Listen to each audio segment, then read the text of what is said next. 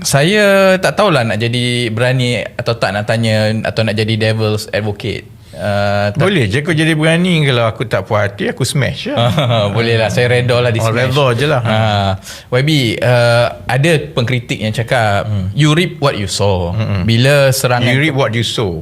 You reap what you sow. Sorry, tak bisa bahasa Sorry, Inggeris. aku kadang-kadang pronunciation Nazi sikit lah. Understood. Bagus. Bila serangan tu dibuat kepada PKR dan memang akan ada consequences, jadi kenapa nak bising-bising ni? Ataupun kalau lebih sopan, sebenarnya what's the issue? Itu mengesahkan apa yang saya sebut sebelum ini, bahawa PKR yang ada sekarang ini telah terlupa asal usul reformasinya. Dalam mana-mana organisasi ke, dalam masyarakat kan, memang kita kena galakkan perbezaan pandangan. Perbezaan pandangan atau kritik itu, terutamanya kalau tumpuan kritik itu ialah untuk memperbaiki kelemahan yang ada, sebuah organisasi yang boleh menanganinya dengan baik, itulah organisasi yang berjiwa reformasi. Dan PKR dilahirkan atas kemarahan rakyat pada ketika itu, yang melihat bagaimana kerajaan UMNO pada ketika itu langsung tidak boleh bertoleransi dengan perbezaan pandangan kan. Itu satu sudut yang bersabit dengan jiwa reformasi sesebuah organisasi lah. Satu lagi sudut ialah bukan saja dalam organisasi tetapi dalam masyarakat. Kalau kita tak suka kepada seseorang pun, ia mestilah mengikut proses dan juga peraturan dan juga undang-undang yang menjamin keadilan kepada semua. Sebab itu dalam masyarakat kita ada undang-undang, dalam pertubuhan kita ada perlembagaan. Jadi dalam konteks PKR sekarang ini kan, kalau contohnya PKR sudah sampai ke peringkat memutarbelikkan peraturan, undang-undang, due process, dan rakyat dan anggota melihat apa yang dipraktikkan oleh PKR itu tidak lagi ada ketelusan. Hanya perlu menelan bulat-bulat apa yang Datuk Seri Anwar ataupun kepimpinan di sekeliling beliau nakkan, maka sudah tentulah parti atau organisasi itu telah hilang jiwa reformasinya. Jadi bila ada yang kata you reap what you sow, maksudnya kalau kau kritik, kami boleh tenyih engkau sampai sudah padan muka sebab kami ada kuasa. Yang itulah sebenarnya antitesis kepada parti keadilan yang ditubuhkan tahun 1999 yang lalu. Sebab tu saya kata kebimbangan, kenapa banyak orang yang lama rasa kurang selesa dengan PKR sekarang, sebab hujah-hujah yang datang ini banyaknya nampak hujah ceplos. Hujah orang yang tak faham pun tentang reformasi. Nampak sangat mereka tidak sedar dan tidak faham asal usul parti ini. Asal usul bila kita kata reformasi, bila kita kata jiwa dan minda yang bebas dan yang merdeka. Jadi dia hanya ayat dilaungkan tetapi dia tidak ada pada, kalau Anwar Ibrahim akan cakap, tidak ada pada dhamir, tak ada pada jiwa kan. Jadi sama dengan soal surat tunjuk sebab ini. Hak parti ialah untuk mengambil tindakan. Hak saya ialah untuk bersuara. Kalau apa yang saya sebut itu dikira telah melanggar peraturan dan juga perlembagaan parti, maka due process yang sepatutnya berlaku ialah memulakan tindakan disiplin. Kemudian parti perlulah buat keputusan setelah melalui proses itu, sama ada untuk ambil tindakan ataupun tidak. Kalau ambil tindakan, sama ada gantung ataupun pecat. Tidak pernah berlaku yang mana parti pandai-pandai kata kamu telah isytihar kami memahamkan apa yang kamu buat itu sebagai mengisytiharkan keluar parti. Bukan saja tak pernah berlaku dalam PKR, saya ingat dalam tempoh 5-10 tahun yang lepas tak pernah berlaku dalam parti-parti lain kan. Jadi orang boleh nampak apa yang sebenarnya berlaku sekarang. Yang berlakunya ialah kerana Datuk Seri Anwar dan pimpinan PKR dia tak berani ambil tindakan pecat. Dan dia tidak mahu pecat itu ialah kerana dia tahu kalau pecat maksudnya saya akan kekal sebagai ahli parlimen. Dan itu tidak cukup bagi mereka tau. Maksudnya kalau nak lanyak ni kita lanyak betul-betul.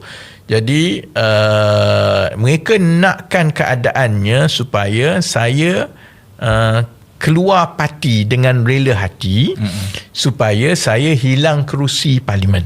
Jadi oleh sebab itu bila peraturan diputar belikkan semata-mata untuk sampai kepada kehendak itu, maka dia jadi the ends justifies the means lah.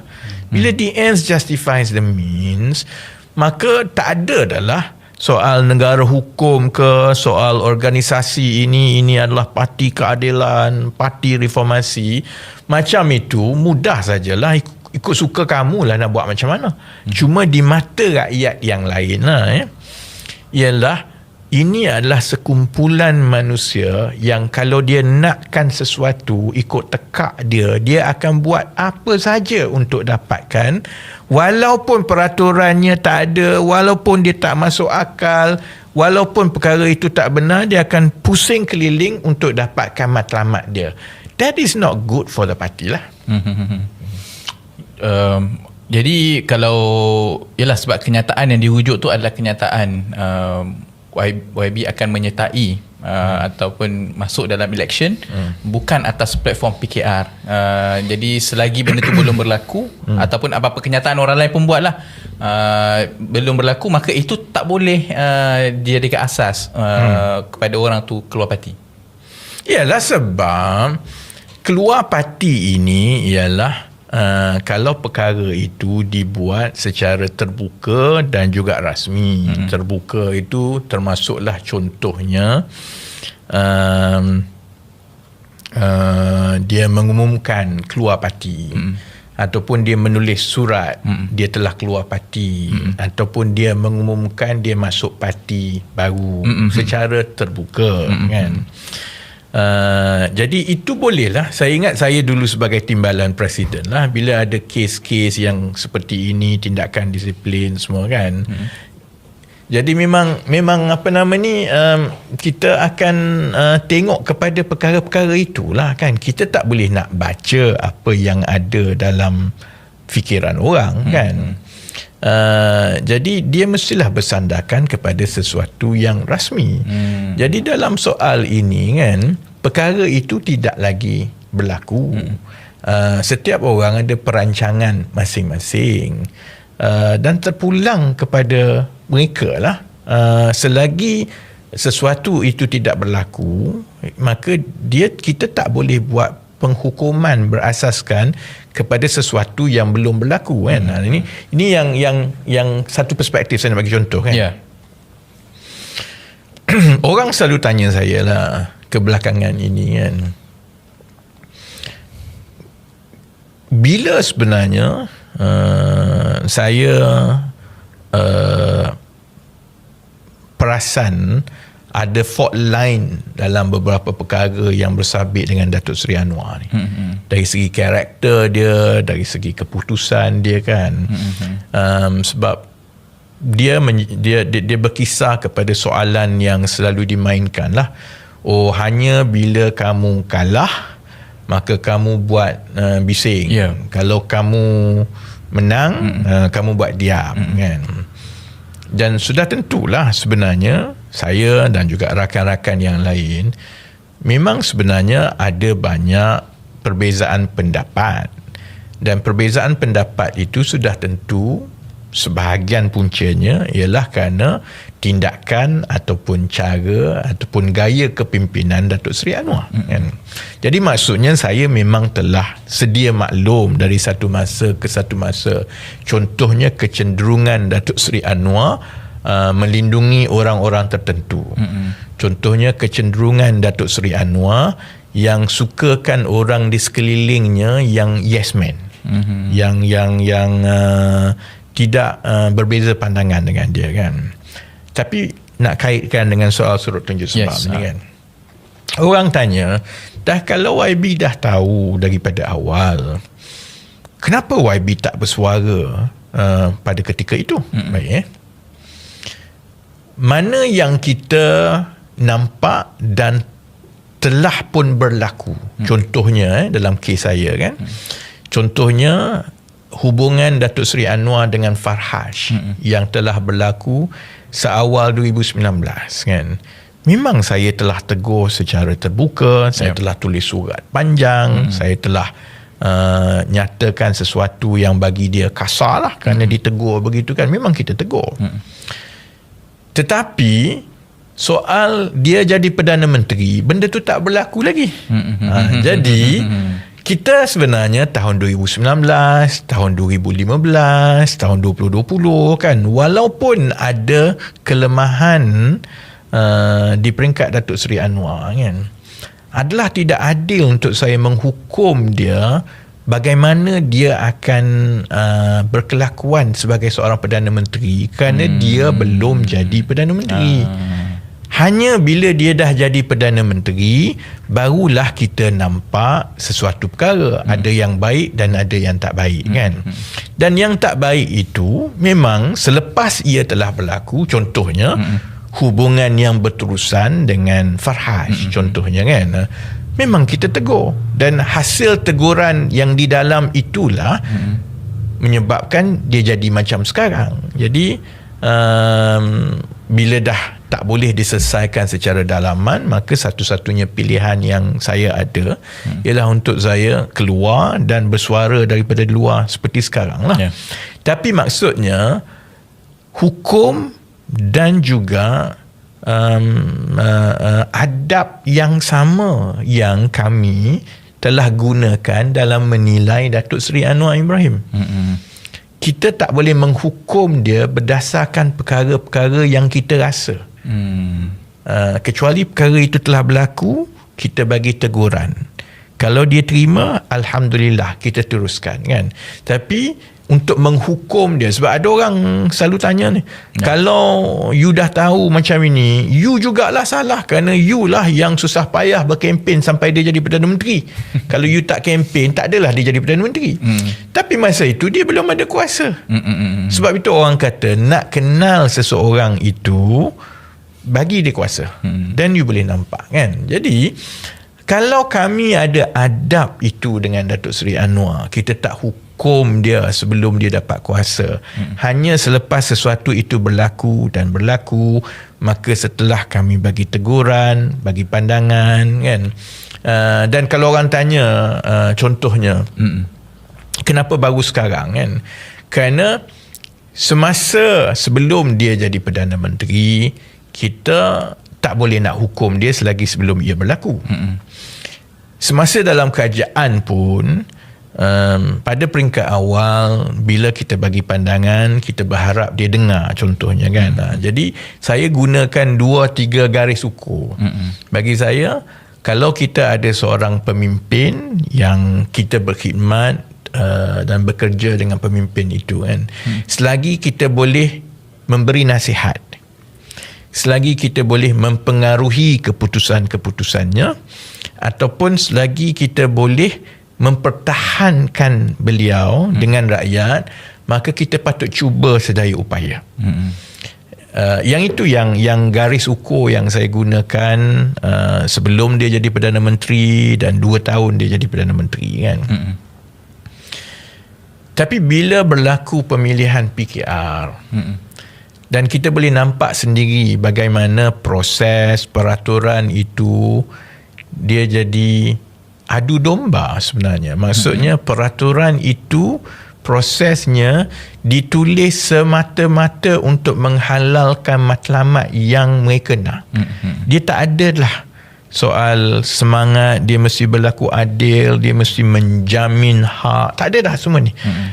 Dia konsep yang sama macam inilah. Kalau aku nak berlaku macam ini, sebab aku ada kuasa, aku kona aku macam mana pun, walaupun benda itu tak boleh diterima oleh orang, walaupun dia tak masuk akal, maka kamu terima sajalah kerana aku kuat, engkau lemah, aku berkuasa, engkau tak ada kuasa. Kan? Jadi bila sampai ke peringkat itu dan wajah-wajah itu nampak semasa ke arah pemilihan parti lah. Soal politik wang kan, dan yang ini kalau saya sebut sebelum ini orang tak percaya, tapi bila setiausaha politik kanan Perdana Menteri sendiri yang dituduh menerima rasuah, dan di dalam kalangan pemimpin PKR itu mereka sedia maklumlah yang di bawah itu betapa lajunya sekumpulan mereka ini bab-bab begini. Jadi saya rasa itu secara sendiri membuktikanlah apa yang kami nampak. Kemudian bila berlaku keputusan, sistem itu tak masuk akal.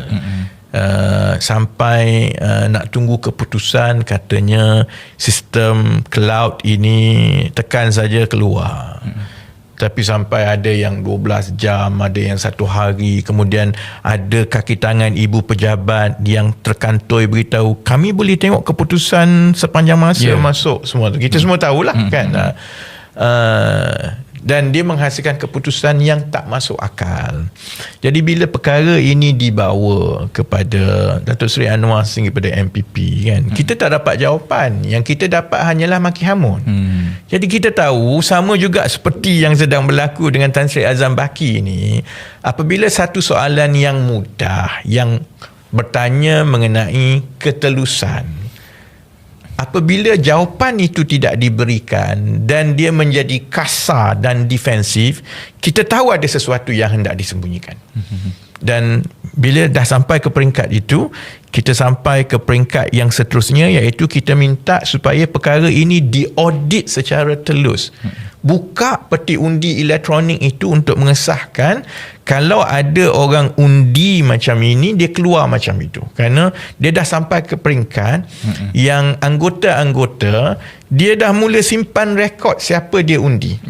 Dan kemudian dijumlahkan. Dan bila dijumlahkan, keputusan itu tak sama dengan keputusan yang diumumkan. Dia terbalik, kucak-kacir semua kan. Dan apabila Datuk Seri Anwar berkeras sampai ke sudah tak nak buka. Dan jadi kalau kita lah kan, kita masuk pilihan raya umum, bila kita mengundi, orang nak kutuk SPR ke sebelum ini kan, kita kata ada penipuan, tapi SPR pun dia membenarkan wakil calon tu tengok undi tu satu persatu tahu kan. Kalau bergaduh sedikit pun pasal yang ini nak ditolak ke tak nak ditolak, mana ada pengundian dalam dunia ini yang kita undi kita tak tahu apa yang masuk kat situ, dan kita tak ada recourse, langsung tak ada jalan untuk kita tengok betul atau tidak keputusan yang dikeluar tu tally dengan apa yang kita undi kan. Jadi bila semua ini telah berlaku, maksudnya dia menunjukkan bahawa semua peraturan, semua prosesnya, semua helah telah digunakan supaya matlamat itu menghalalkan cara. Jadi dia dah sampai ke peringkat yang bukan sahaja kita tak boleh bagi nasihat, bukan sahaja kita tak boleh mempengaruhi Datuk Seri Anwar, kita pun dah tak boleh pertahankan Datuk Seri Anwar dengan anggota-anggota PKR di dalam parti masa itu. Kerana ramai yang terlibat kan, dan bila ada ratusan aduan yang dibuat tak berjawab. Maksudnya sampai ke sudah mereka merasakan oleh kerana kami ada kuasa, maka kami berhak untuk tidak melayan kamu. Bayangkan kalau kita ada kerajaan yang macam itu. Jadi di peringkat saya kan, bila kita dah nampak semua ini, kalau itu pembawaannya di dalam parti, dan mereka yang menguruskan PKR sekarang ini jugalah orang yang mengemudi kerajaan. Ada yang jadi Perdana Menteri, ada yang jadi menteri, semua kan. Maka kalau sikap yang sama itu digunakan di dalam kerajaan, dia adalah sangat berbahaya.